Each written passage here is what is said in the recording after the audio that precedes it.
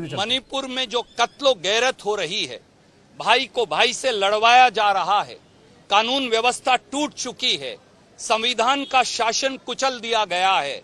खुद भारतीय जनता पार्टी के विधायक मान रहे हैं कि मुख्यमंत्री के संरक्षण में वहां स्टेट स्पॉन्सर्ड हिंसा हो रही है और बहुत पहले वहां की भाजपा सरकार को बर्खास्त कर दिया जाना चाहिए था, परंतु प्रधानमंत्री मोदी के संरक्षण में ये सारा माहौल फैल रहा है।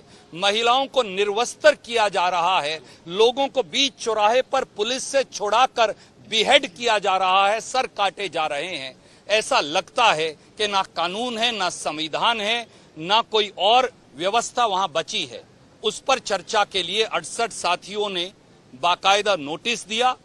इसके बावजूद सरकार बेईमानी की आखिरी हद तक पहुंचकर और गिरकर अब चर्चा से भाग खड़ी हुई है और वो चाहते हैं कि शोरगुल में आधा घंटा से कम चर्चा हो और उसमें भी विपक्ष के लोग ना बोलें, इंडिया के लोग मणिपुर के दर्द को ना बयां कर सकें, केवल और केवल सत्ता पक्ष के कुछ पिछलग्गू लोग बोलें और बात वहीं समाप्त हो जाए।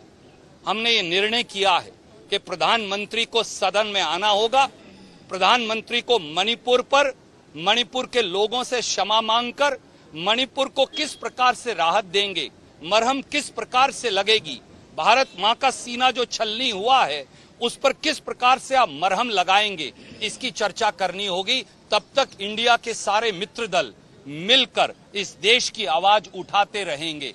आज जिस प्रकार का रवैया चेयर का है उससे भी हमें बहुत निराशा हुई। सभापति जी जब विपक्ष के नेता को मौका देकर नहीं बोलने देंगे तो किसी सामान्य सदस्य के अधिकार का क्या होगा। सच में ये है कि सत्य का हनन हो रहा है, मणिपुर के अधिकारों का हनन हो रहा है, संवैधानिक और सदन की मर्यादाओं का और परंपराओं का हनन हो रहा है और ऐसा लगता है कि सदन की गरिमा नहीं बची, सदन की गरिमा को सरकार धूमिल कर रही है।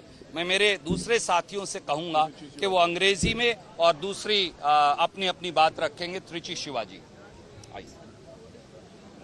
See, the logjam that is prevailing in the parliament for the past 8 days is not because of the opposition parties as is being focused outside.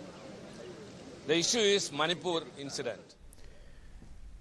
तो विपक्ष जवाब देता हुआ सीधे आरोप लगाता सरकार पे कि सरकार जो है वो इस पर एक सार्थक बहस से बच रही है और चाहती है कि हंगामे के बीच में 176 का जो नोटिस है, जो सरकार ने जो दिया है रूल 176 के तहत, छोटी मोटी बहस करा के अपनी बात रख के सरकार इस पर निकल जाए। इसी कारण से विपक्ष को नो कॉन्फिडेंस मोशन लेकर आना पड़ा, क्योंकि वो प्रधानमंत्री जैसे रणदीप सुरजेवाला कह रहे थे, वो चाहते हैं कि वो आकर माफी भी मांगे और इस पर अपनी बात भी रखें कि कैसे आगे वहां पर शांति की बहाली होगी।